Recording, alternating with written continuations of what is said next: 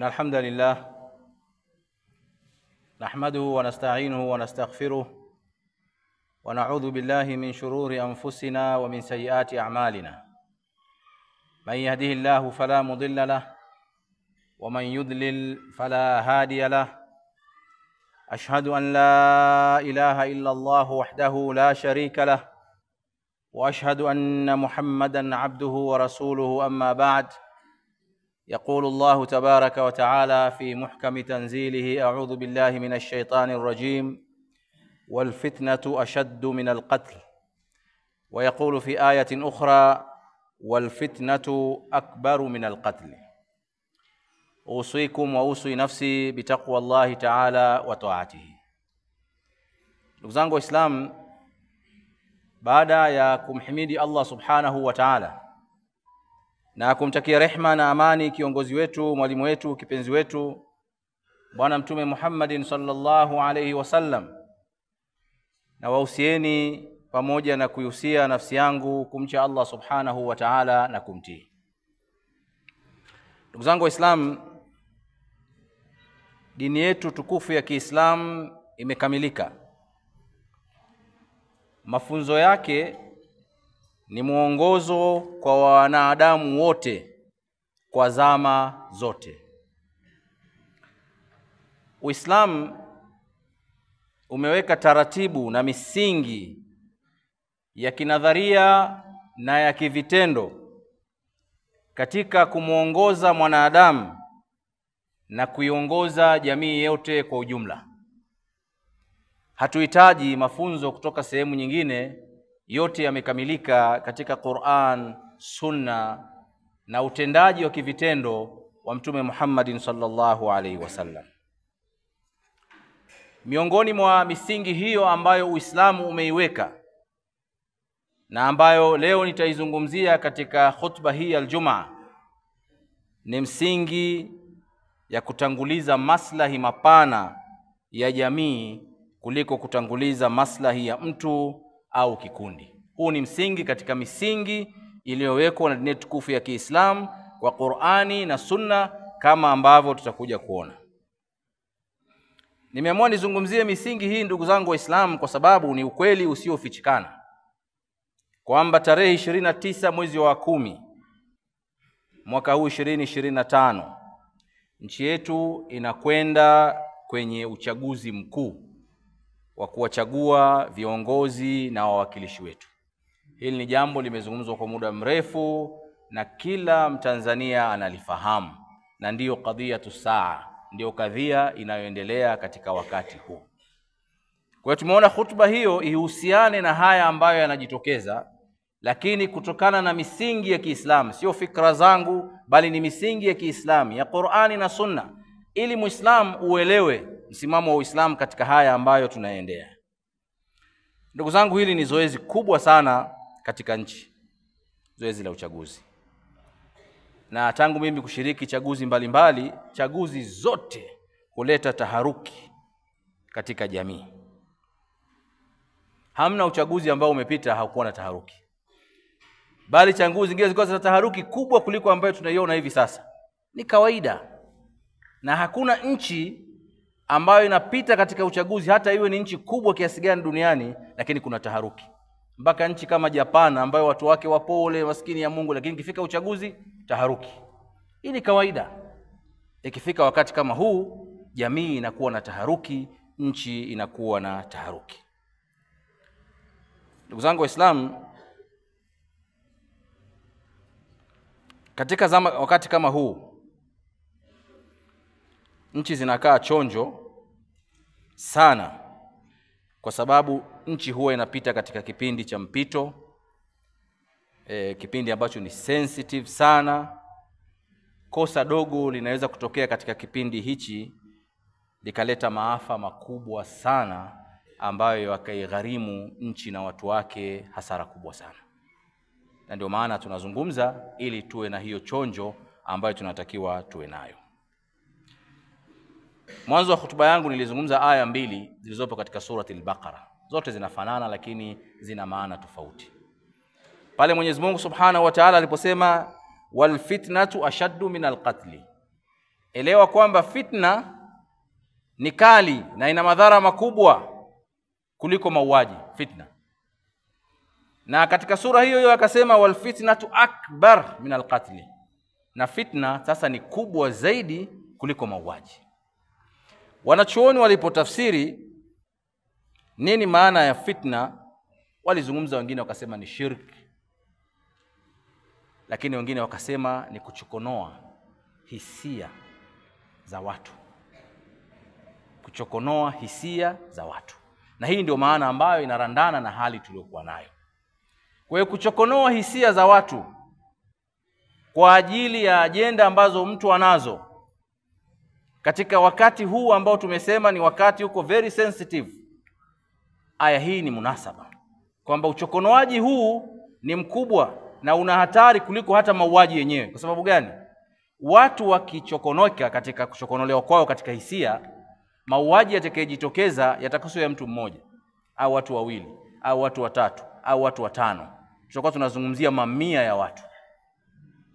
Lakini chanzo chake tumeshindwa kuzuia fitna.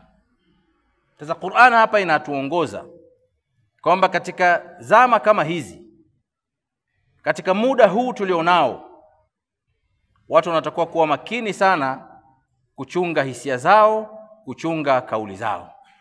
Watu wanatakiwa kuwa makini sana kutumia akili zao kuliko kutumia hisia zao na mihemko yao. Hususan vijana ni muhimu sana wakawa waangalizi katika kipindi hichi, kwa sababu fitna inaweza ikasababisha kuleta maafa makubwa kuliko yale ambayo ulikuwa unayatarajia. Ndugu zangu Waislamu, tumeona tukumbushane miongozo ya dini tukufu ya Kiislamu na misingi yake mikubwa ambayo itatuongoza katika maisha yetu na katika hali kama hii.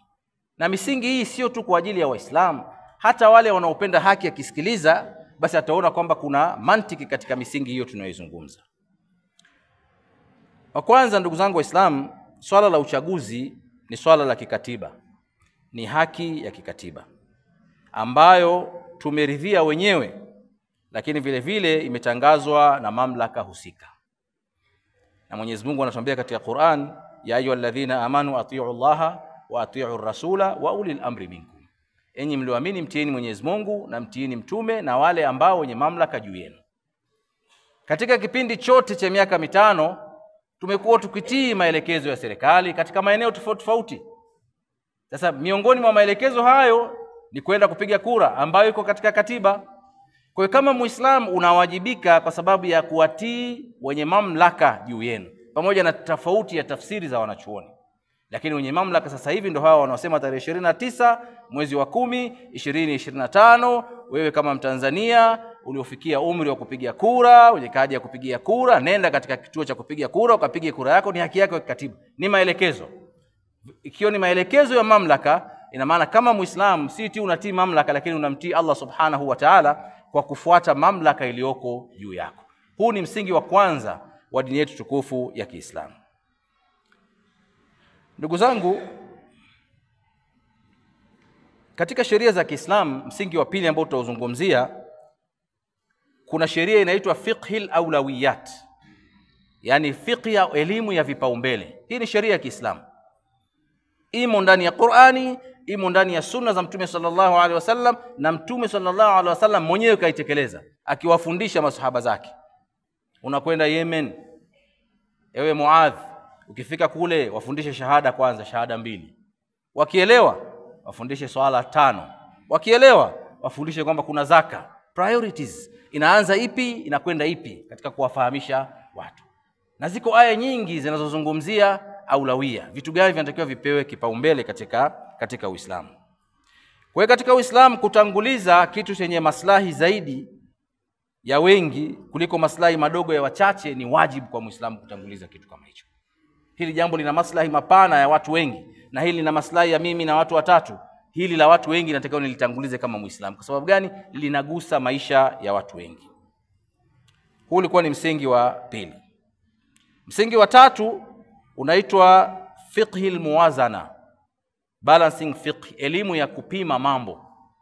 Hii ipo katika Qur'ani, ipo katika Sunna. Muislamu anatakiwa apime mambo na uzito wake. asiende kwa mihemko au kwa hisia, atakosea. Pima yale mambo yanayokutokezea mbele yako, unayaweka kwenye mizani, kujua faida za jambo hili na hasara za jambo hili, na mwishowe unaamua kuchukua faida ya mambo yale na acha hasara zake. Sasa kwa sababu tuna zoezi la uchaguzi, kupiga kura, weka katika mizani ya fiqh almuwazanat, elimu ya vipimo. Kupiga kura hiyo upande mmoja, na kutokupiga kura hiyo upande wa pili. Angalia faida za kupiga kura na hasara za kupiga kura.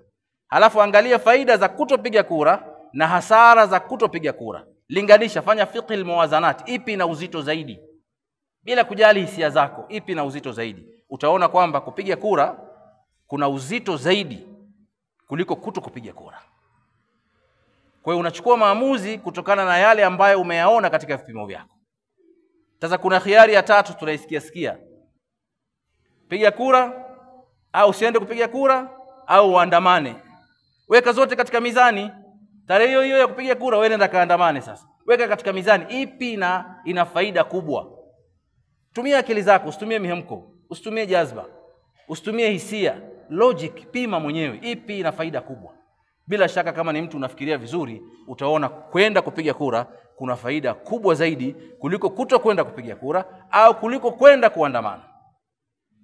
Hii ni misingi imewekwa na dini tukufu ya Kiislamu, na ni misingi yetu, tuitumie katika hali zinazojitokeza kama hivi sasa hivi. Ndugu zangu Waislamu, kupiga kura madhara yake yatakuwa ni machache kuliko kutokupiga kura au kuandamana.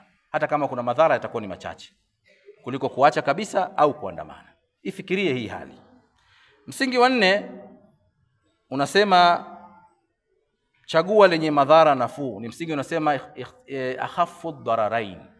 Yani Uislamu unakuambia pale ambapo umekwenda sehemu ukakuta kuna mambo mawili yote yana madhara, ufanye nini? Uislamu unakuambia chagua lenye dhara nafuu na wewe.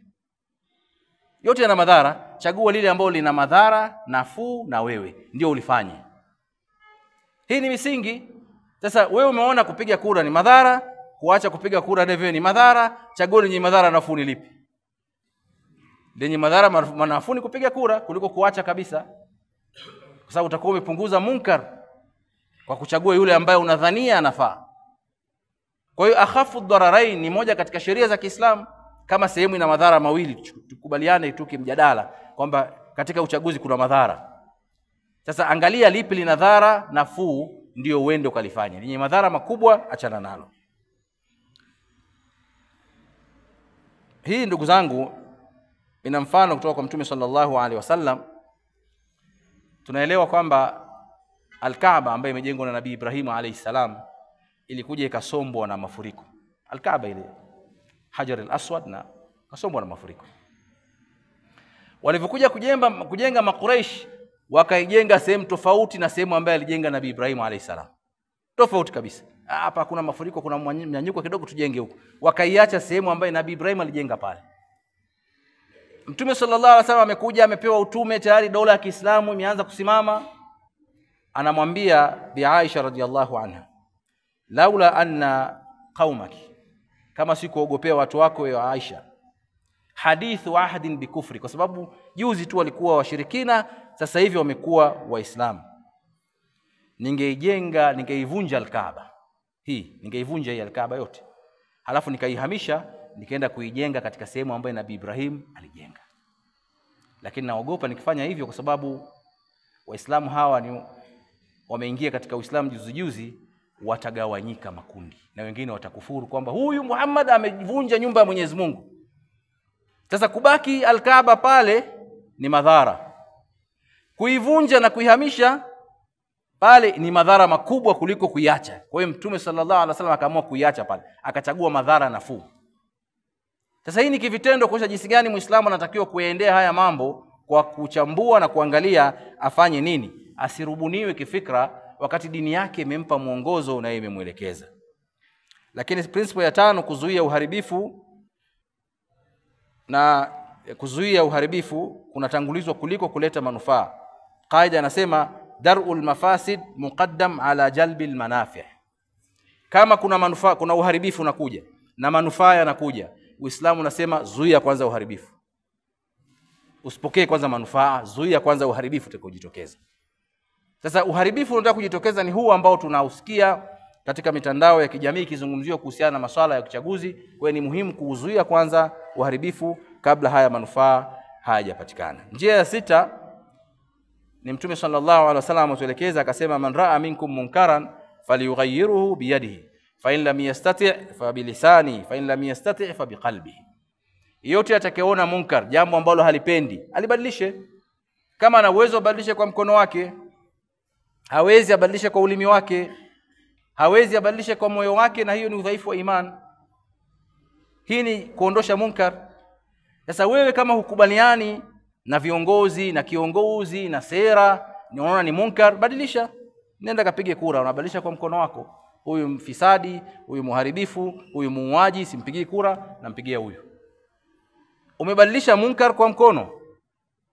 Ukizuia kwenda, manake hujabadilisha munkar, utakuwa umechukia tu na ni udhaifu wa iman. Au badilisha kwa mdomo, kuzungumza. Wapigie, waambie watu tumchague fulani ana sera nzuri. Badilisha kwa mkono katika masuala ya kiuchaguzi. Sasa sio kulalamika, kukaa pembeni na kuleta vurugu kubwa zaidi ambayo haisaidii. Tubadilishe munkar kwa kupitia katika nyenzo ambayo imewekwa mbele yetu. Principle ya 7, Uislamu unasema, na hii ni principle ngumu sana kuielewa kwa urahisi. Kuwepo kwa serikali, hata kama serikali hiyo sio adilifu, ni bora kuliko kutokuwepo serikali. Principle ya Kiislamu. Mauna wetu wameandika, wanasema minal mabadi alfiqhiyya almu'tamada, katika misingi ya kifiqhi inayozingatiwa, anna wujudu hukuma, kupatikana kwa serikali, wa in kanat fiha madhalim, hata kama ndani ya serikali hiyo kuna dhulma zinafanyika, afdalu min alfaragh, ni bora kuliko kuwa na vacuum, kuwa na fail state, kuwa hakuna serikali katika nchi. Alladhi yuaddi ila fitna, kutokuwa na serikali kunapelekea kuwa na fitna, wa bala'un, na balaa iliyokuwa kubwa. Alfaragh yuaddi ila tanazu' alquwa, kutokuwa na serikali kunapelekea kuwa na nguvu zingine zinazopigana zenyewe kwa zenyewe, makundi milishiyat ambaye yanagombana yenyewe kwa yenyewe, wastilal isabat, na makundi ya waizi kuvamia maduka, kuvamia majumba. Kwa sababu gani? Hakuna serikali, hakuna kitu ambacho kinaweza kikawadhibiti watu hao. Hii inapelekea kwenye damar shamil, uharibifu mkubwa kabisa. Kwa sababu gani? Government, serikali inayoongoza haipo. Kwa Uislamu unasema kuwepo kwa serikali yenye dhulma ndani yake ni bora kuliko kutokuwa na serikali kabisa. Huu ni msingi wa Kiislamu na ni logic inaingia akilini. Tuangalie mfano, ndugu zangu, jirani zetu wa Sudan.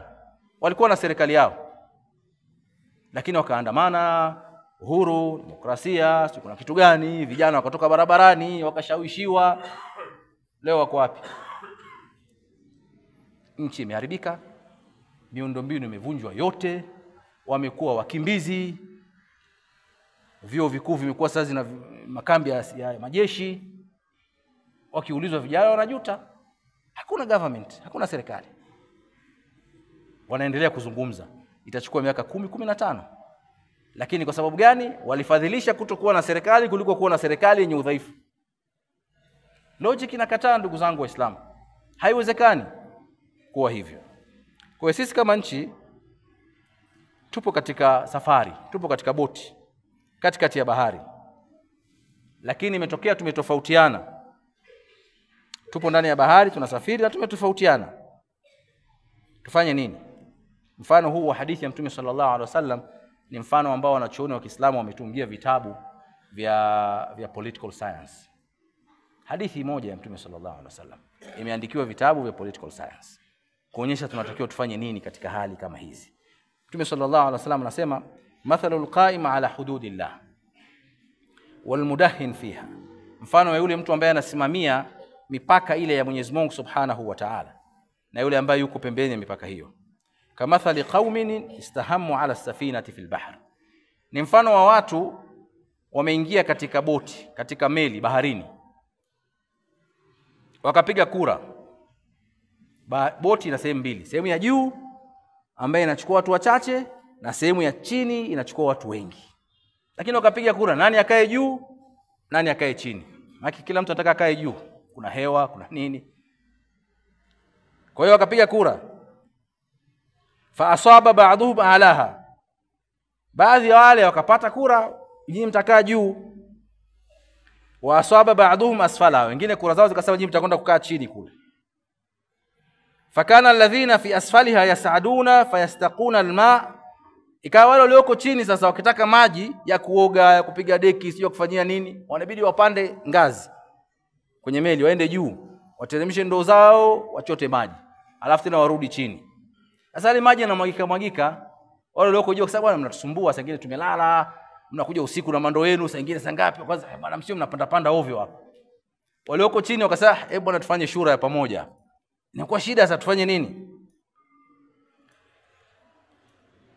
Wakasema faqala alladhina fi asfali, walioko chini wakasema fa inna nafqubuha fi asfaliha, sisi tunaona bwana tutoboe hapa chini.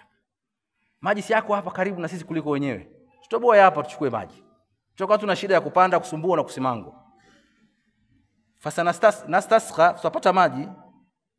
Fa in akhadhu ala aidihim famana'uhum najaw, walioko juu wakiwazuia hawa walioko chini kutoboa wataokoka wote.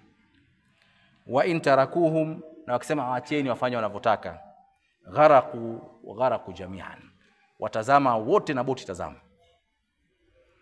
Wanachuoni katika kutafsiri wamesema kwamba hawa watu lazima wakae wazungumze, safina iende, lakini utaratibu wa kupata maji ujulikane, wawekewe njia maalum wasiwasumbue, ili wakipita wasiwaudhi, lakini maji wayapate. Cha msingi boti isitobolewe, kwa sababu hakuna atakayebakia. Wale waliotaka kupata maji hawatobaki na walioko juu hawatobaki. Umuhimu wa kuzungumza, umuhimu wa kukaa na kuangalia kasoro na dosari zilizopo katika boti na njia ya kupata maji zikoje, ili wote wapate wasafiri na wafike katika pwani yao kwa njia ya salama. Kwa kila mmoja wetu, ndugu zangu Waislamu, ana jukumu la kuzuia boti yetu isitobolewe. Waliopo juu wakae na waliopo chini, utaratibu wa kuchukua maji uwekwe ili tufike pwani wote salama. Nasaha kwa wazazi katika kipindi hichi, kaeni na vijana wenu. Ukiingia katika social media utaiona kama Tanzania iko katika hali ya vita. Yaani unaona kesho kama vile vita itaripuka kwa kwenye social media. Ukitoka nje hali ya amani na usalama. Kwa hiyo vijana wanaishi katika social media, wanaishi katika hofu, wasiwasi mkubwa ambao baadaye unapelekea katika mambo yasiokuwa mazuri. Kwa hiyo vijana, wazazi tukae na vijana kwa sababu ndio wenye hizi taharuki, ndio ambao wanaendeshwa na hisia na mihemko, kuwaeleza tulipotoka, tunapokwenda na tulipo na hatua za kuvuka sehemu hiyo. Hii itasaidia kupunguza ule munkar na propaganda ambazo zinafanywa. Viongozi wa dini kuna umuhimu wa kuzungumza kama ninavyofanya mimi, kuwapa njia waumini watafikaje, watafenyeje katika hali kama hii na katika wakati kama huu. Si vizuri kutoa maneno ya mafumbo, wewe waeleze wazi, watoke kwa amani na usalama, lakini sio kutoa maneno ya mafumbo na kuacha waumini hawajui waelekee wapi. Ni muhimu kwa vyombo vya habari kutoa taarifa zilizokuwa sahihi, na hususan katika social media, sio kukata clip vidogo vidogo ambao vinasapoti mtazamo wako, hata kama yule mtu hajazungumza kile kitu na kitoa kile clip na kirusha. Hii ndio maana ya kuchokonoa hisia. Hii ndio maana ya fitna, kuamsha fitna katika jamii. Lakini vivyo na saa kwa vyombo vya ulinzi na usalama, huu ni wakati very sensitive kwa nchi kwa sababu ni wakati wa uchaguzi, dhamana yote ya amani na usalama iko mikononi mwao. Kwa hiyo wakae chonjo katika kuyaendea hayo ambayo yako mbele yao. Lakini hii haina maana kuwatia hofu wananchi. Kabla siku ya uchaguzi sijui yapite magari ya majeshi, sijui watu wanafanya mazoezi. Watanzania ni watu wa kawaida. Wakishaona vile sasa mimi bora nikae nyumbani kwangu tu, nisitoke bwana, sitaki matatizo. Kumbe umemtisha kwa ndio kupiga kura, haendi tena. Haisaidii.